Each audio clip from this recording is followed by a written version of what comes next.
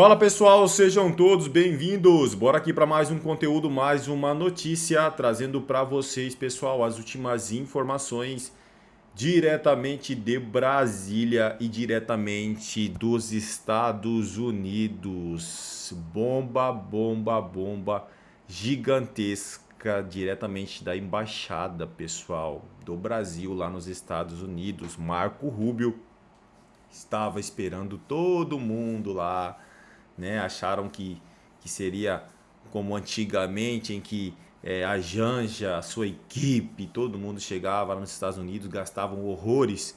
Mas, pessoal, acompanhe este vídeo no final que vocês vão ver a notícia bombástica de agora cedo. Se não é inscrito no canal aqui, se inscreva, deixe seu like e o seu comentário. Isso faz uma enorme diferença pra gente aqui dentro da plataforma. E, pessoal, deixando os créditos ao canal da Revista Oeste, não se esqueçam de comentar aí de qual cidade vocês estão nos assistindo. Agora bora pro conteúdo. A primeira-dama, Janja da Silva, desembarcou ontem em Nova York, 4 dias antes do presidente Lula. Ela viajou no mesmo voo da Força Aérea Brasileira que levou a equipe da presidência. A imigração foi tranquila e o processo realizado ainda dentro da aeronave por agentes americanos, com um visto especial concedido pelo acordo entre os Estados Unidos e a Organização das Nações Unidas. Depois do desembarque, Janja seguiu para a residência do embaixador Sérgio Danesi, representante do Brasil na ONU. Seguinte, ela foi criticada justificadamente pelo que anda fazendo, pelos gastos absurdos, pelas intervenções, né, pelas interferências que ela faz em conversas do marido, abusivas, sem sentido. Então, o que ela, dessa vez, ela resolveu mostrar um novo estilo, né? Porque ela disse que ia modificar, não me lembro que palavra ela usou, mas ela ia... Ressignificar o papel da primeira-dama. O que ela fez? Primeiro, porque ela também tem medo da lei pronunciada. Magnitsky. Ela tem medo disso, ela foi direto para a embaixada. Se hospedou lá pela primeira vez, ela não foi para hotel, porque sabe que está em território hostil, digamos assim. E como ela nunca tem o que fazer, além de pegar caneta indevidamente ali junto com o marido, ou fazer perguntas na hora errada sobre um assunto errado, ela resolveu organizar uma agenda e pediu para algum maluco. Não tem outra possibilidade. Quem escreveu isso aí é doido. E eles arrumaram compromisso. Todos os presentes, eles não sabem o que vão discutir. Porque, olha aqui, basta o primeiro de novo. A transversalização da conexão entre gênero e clima. Quem é que sabe? Nós não sabemos, eu não sei o que é isso. Mas é indecifrável. Não faço ideia. Agora, ela está lá não para fazer compras, mas para trocar ideias que ela não tem. Agora imagina isso em inglês, hein? É isso aí. Pois é, até falar para o Consta, como é que faz essa tradução aí dessa agenda da primeira-dama? Rodrigo Constantino, muito boa noite, Consta, seja bem-vindo, sempre conosco às quintas-feiras. A gente abre o programa aí trazendo essa notícia que a Janja pegou uma carona no avião da FAB alguns dias antes do presidente Lula, com essa equipe que vai um pouco mais cedo para preparar a agenda do presidente. Ela que tem aí uma série de compromissos em Nova York, já que foi anunciada como enviada especial para mulheres da COP30. Daqui a pouco eu trago a agenda, porque é, no mínimo, curiosa e inusitada os dias que Janja da Silva vai passar em Nova York. Boa noite, Consta. Boa noite, Paula. Boa noite, Piotr, Silvio Navarro, Mestre Augusto e toda a audiência. O Janja Tour está de volta, né? Janja Tour está de volta. Eu sou da opinião um pouco controversa de que o Janja Tour, pelo incrível que pareça, sai barato para o Brasil. Pior era quando a Janja tentava aparecer mais despachando com ministros, tentando governar o país tal qual uma Evita Peron, né? Melhor quando ela está só fazendo compras de bolsinhas da Hermès, de coisinhas de 10 mil aqui, 20 mil ali. E isso, repito, sai barato para o país, porque a alternativa, quando ela está aparecendo demais, é ela tentar governar sem nenhum título, né, que justifique isso. além de esposa do Lula, vale lembrar. Eu acho que essa passagem da comitiva do Lula por Nova York para o evento da ONU vai ser um tanto apagada, né? Vai ser marcada pelas controvérsias e pela relação um tanto machucada, né? Complicada, delicada entre os dois presidentes, Lula e Trump. O próprio Lula andou dando entrevistas, ele não consegue se conter, ele vai lá e fica alfinetando o presidente americano, dizendo que eles não têm relação, dizendo que basicamente Trump é um idiota, né? Ele chama assim com outros nomes. Então eu volto a reforçar a minha teoria de que o Lula não quer resolver o problema de tarifa no Brasil. Ele já entendeu que a tarifa não é uma questão comercial, todo mundo entendeu isso, mas naquilo que Trump exige alguma mudança do consórcio PT-STF, o Lula não está disposto a dar, porque sua sede de vingança de Jair Bolsonaro fala mais alto do que tudo. Então vamos ter aí alguns momentos constrangedores, tudo leva a crer na passagem da comitiva, que nem está definida ainda, se não me engano, da comitiva Lula na reunião da ONU esse ano. Augusto Nunes, muito boa noite, seja bem-vindo. Augusto, eu vou trazer alguns detalhes da agenda da primeira-dama, da Janja, porque a gente pede ajuda aqui para a bancada, para o Piotr, para o Silvio. Consta também, fique super à vontade, se puder ajudar aqui na tradução, porque a Janja hoje participou de uma reunião, e eu vou ler aqui literalmente. Eu vou pedir Augusto... ajuda aos super-universitários. Silvio, Piotr, quem será? Piotr então... e o Constantino. Tá bom. Fiquem à vontade, vamos lá. Hoje, então, ela participa de uma reunião de trabalho sobre transversalização da conexão de gênero-clima para a COP30, para mulheres, paz e segurança. Vou repetir porque o Piotr está me olhando meio atônito. Eu ia pedir a repetição, por favor. Já deu uma tela azul. Já bateu. Transversalização da conexão de gênero-clima para a COP30. Eu vou só me limitar a cumprimentar você, Paula, Piotr, Silvio, meu irmão, Consta, e pode perguntar direto para eles o que significa isso. Bom, fica... Piotr? Piotr passou para o Silvio. Eu, de novo, vou tentar ver por uma ótica sempre distinta, né? É um castigo merecido ela ter que escutar uma palestra de alguém que deve ganhar a vida fazendo isso aí, né? Deve ter um mestrado sobre isso, com uma tese defendida, e ela vai ter que ficar por 1 hora, digamos, ouvindo falar sobre a transversalidade entre o gênero e o clima. Imagina que castigo delicioso, né? Para tudo que a Janja faz de mal para a nação. Então eu estou quase vendo com um certo regozijo essa agenda. Olha, a gente está aqui tentando até buscar aplicar a lei Magnitsky a mais ministros do Supremo depois da condenação do ex-presidente Jair Bolsonaro. Segundo fontes do governo americano, a decisão não é automática e depende de critérios específicos para cada magistrado. A perda de vistos é considerada a medida mais provável, enquanto sanções econômicas exigem um processo mais complexo na Casa Branca. E o presidente do Supremo, Luiz Roberto Barroso, comentou as sanções aplicadas pelo governo Trump a ministros da Corte. Eu nunca havia abordado aqui, prezados colegas, mas acho que não gostaria de virar as costas a esse problema, a questão das sanções. E eu refleti muito, porque acho que há uma imensa incompreensão, talvez direcionada, e acho que o tribunal, pouco pelas circunstâncias do recato judicial, não se manifestou publicamente sobre o que está acontecendo.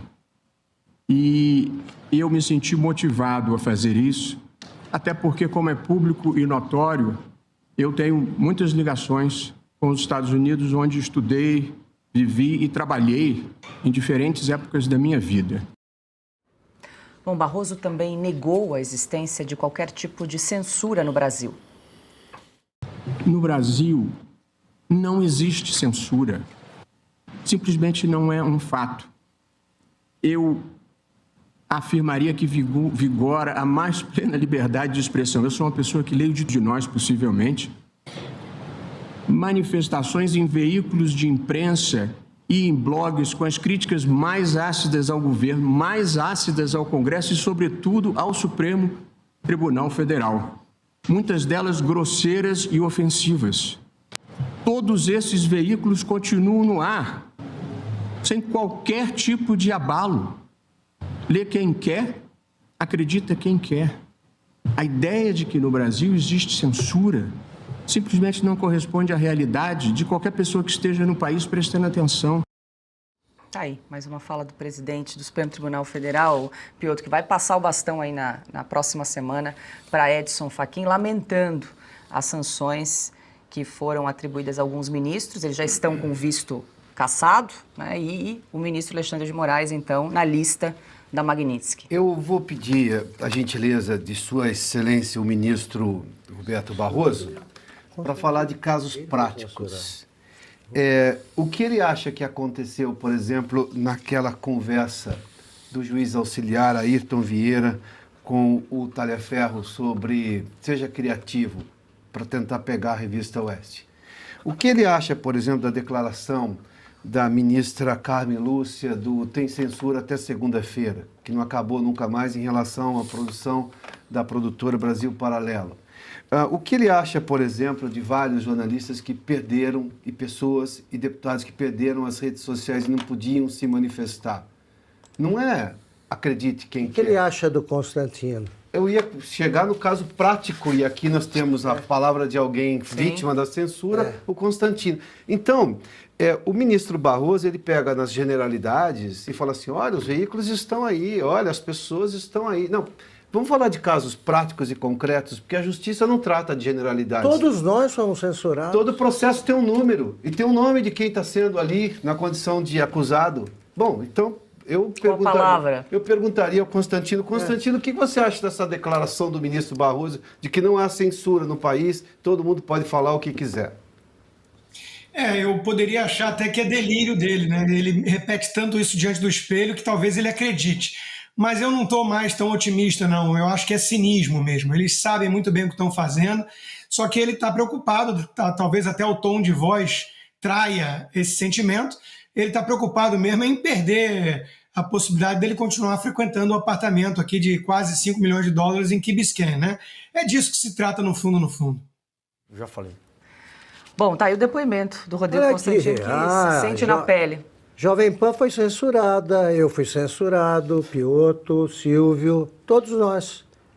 A Oeste não censura, nem vai censurar, mas eles tentaram. Foi desmonetizada por um bom tempo. Isso não significa nada, ele está desconcertado, esse é o termo, com o fato de não poder ir mais ao país preferido. É o país que ele mais gosta de frequentar. Tinha parentes lá, um filho, coisa dessas, e aí? Agora, ele está mentindo. Mentindo. E os americanos recolhem, com essa declaração, mais uma prova de como eles são. Sim. De como eles são. Perder o mané significa o quê? Um juiz parcial, um juiz militante. Derrotamos o bolsonarismo. O juiz militante fez parte para ele sabe que não podia fazer o que fez. E agora está chateado porque não sabia da existência, da possibilidade de não poder ir mais ao país preferido. Pois é isso aí. É isso aí. Os americanos sabem, até porque as redes americanas tiveram de sair do Brasil porque não toleravam mais, não suportavam mais os abusos criminosos do Alexandre de Moraes, todos avalizados pelo Barroso. E outra, né? Vamos lá. Ele ignora o clima de medo e tensão que o Supremo fez o país passar durante anos ali. Eu adoro citar esse caso, lamento ter que recorrer à história e lamento pela história, mas é um fato. Eu ouvi de senadores e deputados dizendo, não estou seguro de dar uma entrevista. Eu trabalhava à época na Jovem Pan. Nós todos temos a Constituição que nos garante a liberdade de expressão. Os parlamentares têm um artigo só deles, é o 55. Nem os parlamentares estavam seguros da liberdade de expressão deles, da liberdade de votos e opiniões. O ministro Barroso ignora esse fato? Não ignora, porque ele não é um sujeito que vive no mundo da lua. Não, ele sabe o que aconteceu. É cínico mesmo. Esse tipo de coisa não dá. De novo, a gente viu o que aconteceu. Sem contar os depoimentos de todas essas plataformas sociais que agora vão se reportar de forma muito clara ao governo americano, de todas as vezes que elas foram chamadas a censurar as pessoas. Censura clara, houve censura, admite e volta atrás. Admite o processo, admite o desvio e corrige-se. Aliás, deviam começar a corrigir pelo julgamento da semana passada, por todas essas prisões arbitrárias. Passem a dizer, digam ao Congresso, já que o Congresso não consegue fazer nada, o Mota e o Alcolumbre não conseguem fazer nada sem permissão do Supremo, autorizem os dois presidentes das duas casas do Congresso a fazer uma anistia ampla, geral e restrita. Não vai ser nem novidade na história brasileira. Pois é, 18... É isso aí, pessoal, e vamos aqui para mais uma notícia. Lula reduz comitiva para viagens aos Estados Unidos diante do temor de constrangimentos sob Trump. Presidente embarca para Nova York com equipe enxuta e sem congressistas. Temor é de sanções e recados diplomáticos durante a Assembleia da ONU. O presidente Luiz Inácio Lula da Silva embarca neste sábado para Nova York, onde participará da abertura da Assembleia Geral da ONU, marcada para 23 de setembro. A viagem será marcada por um formato incomum. A delegação presidencial será reduzida ao mínimo necessário, com exclusão de congressistas e limitações a integrantes do executivo. A decisão foi tomada diante do temor de que o governo do presidente Donald Trump possa aplicar constrangimentos à comitiva brasileira, seja por meio de gestos diplomáticos, omissões ou até sanções baseadas na Lei Global Magnitsky. Diferentemente de anos anteriores, nenhum deputado ou senador acompanhará Lula. A prática de incluir parlamentares em missões internacionais, além de ser protocolar, costuma funcionar como hábito governista do lulopetismo. Desta vez, porém, até mesmo os presidentes da Câmara dos Deputados, Hugo Mota, e do Senado, Davi Alcolumbre, preferiram se manter afastado da viagem. Ambos avaliam que uma eventual associação direta com o presidente da República poderia ser interpretada negativamente por Washington e resultar em algum tipo de retaliação. A possibilidade de inclusão de nomes em sanções via Lei Magnitsky não é descartada nos bastidores. Em 2024, os então presidentes do Congresso, Rodrigo Pacheco e Arthur Lira, estiveram com Lula em Nova York e acompanharam presencialmente o discurso do petista na abertura da Assembleia Geral da ONU. Sentaram-se ao lado da primeira-dama Janja Lula da Silva no plenário das Nações Unidas, numa demonstração de apoio institucional. Neste ano, a ausência de parlamentares sinaliza uma tentativa de neutralidade diante das tensões bilaterais entre Brasília e Washington. É isso aí, pessoal. Agradeço a vocês pela companhia. Se não é inscrito no canal, se inscreva, deixe seu like e valeu!